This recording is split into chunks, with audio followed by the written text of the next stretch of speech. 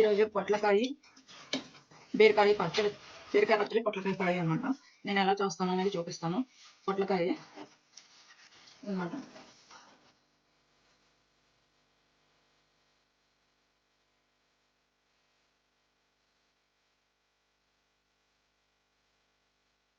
పొట్లకాయ ముక్కలు ఆవిరి మీద అంటే బీరకాయతో ఉడికేసుకోవచ్చు. నేనైతే తొందరగా అయిపోయిందని అన్నం మీద పెట్టేస్తాను అనమాట. రైస్ ఉడికేటప్పుడు పెట్టేస్తాను. చక్కగా ఆవిరి ఉడికితేనే ఇవి బాగా మగ్గిపోతాయి అనమాట. తొందరగా మగ్గిపోయిద్ది, ఎందుకంటే ఇవి సగం పైన ఉడికిపోయినాయి కనుక. ముక్కలు పచ్చిమిరపకాయ, పచ్చిమిర్చి, బీరకాయ పచ్చడి అనమాట, చట్నీ చేయడానికి. ఇది కూడా నేను పొట్లకాయలోనే పెట్టేసి ఉడికిపెట్టేస్తాను. ఇంకా ఇది మిక్సీ వేసేస్తాను. బ్యాచిలర్స్ తొందరగా అయిపోవాలి, లేకపోతే పిల్లలు స్కూల్కి వెళ్తున్నారు, అందరూ మనకి స్టవ్లు అయిపోవాలి అనుకున్నాను. ఇలా రైస్ ఉడికేటప్పుడు పెట్టేసుకుంటే తొందరగా మగ్గిపోతాయి. అన్నం ఉడికేసరికి ముక్కలు కూడా మగ్గిపోతాయి. తొందరగా వస్తుంది.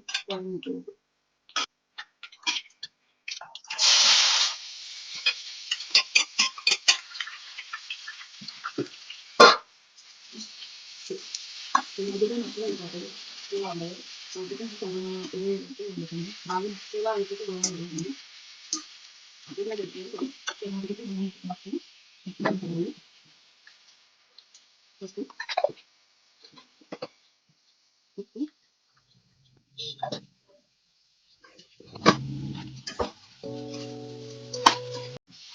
వాటర్ అలా వాటర్ ఆరు పెట్టి కావాలంటే అందులో అన్నీ పోతాయి. దాంట్లో ఆరు మట్టి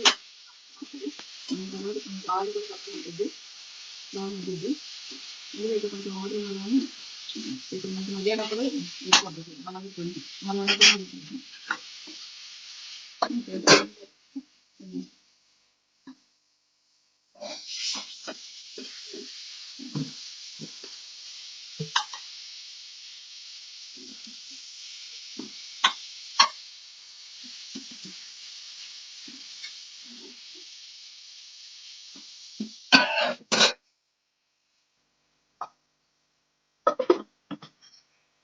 పచ్చిమిరపకాయలు 2 స్పూన్లు, నువ్వులు, చిన్నపాయ, కొంచెం చింతపండు, గుజ్జు.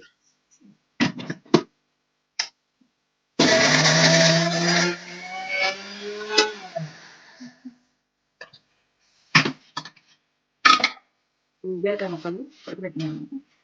ఇందులో అయితే ఒక్క చెక్కు కూడా ఆయిల్ వేయలేదు.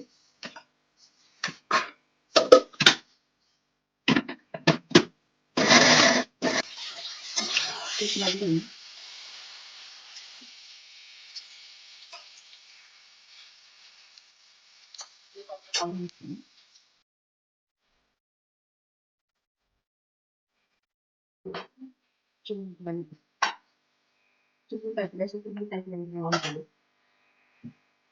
కొంచెం కొంచెం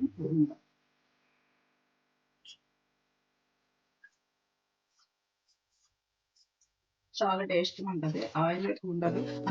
ఆయిల్ మీద ఉడిపోతుంది కాబట్టి ఆయిల్ ఎక్కువ ఉండదు. చట్నీ అయితే ఆయిల్గా ఆయిల్ వేయించడానికి అలా ఏం ఆయిల్ ఉండదు.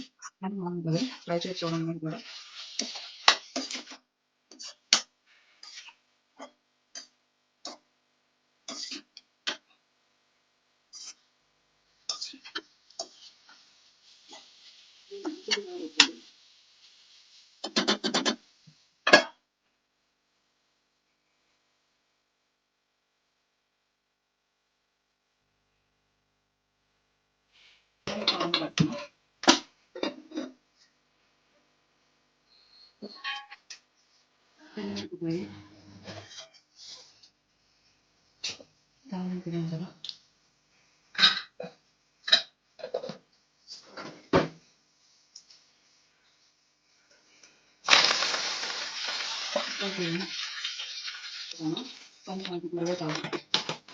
కొంచెం నేను ఫ్రై కూరలో, పప్పుచారులో, చట్నీలో అన్నిట్లో కూడా టీ మాత్రం వేస్తాను. నెయ్యి వేస్తే టేస్ట్గా ఉంటుంది. కూర చాలా బాగుంటుంది. నెయ్యి కూడా ఫ్రై చేస్తానంటే దించిపోయే ముందు కొంచెం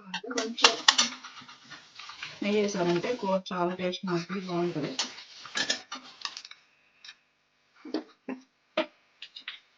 నెయ్యి వేసాను. చట్నీ.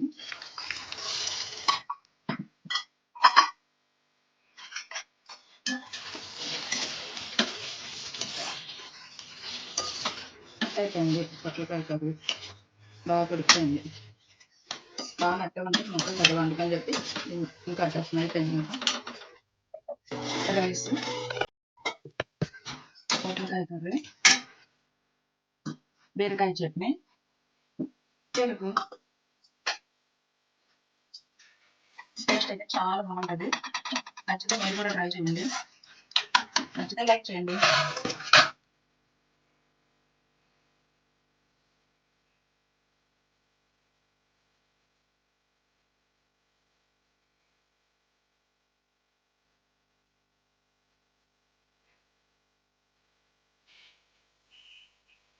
చాలా బాగుంది చట్నీ.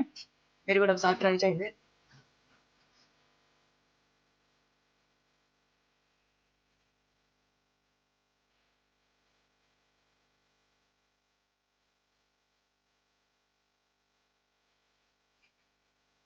సూపర్ గా ఉంది. Thank you.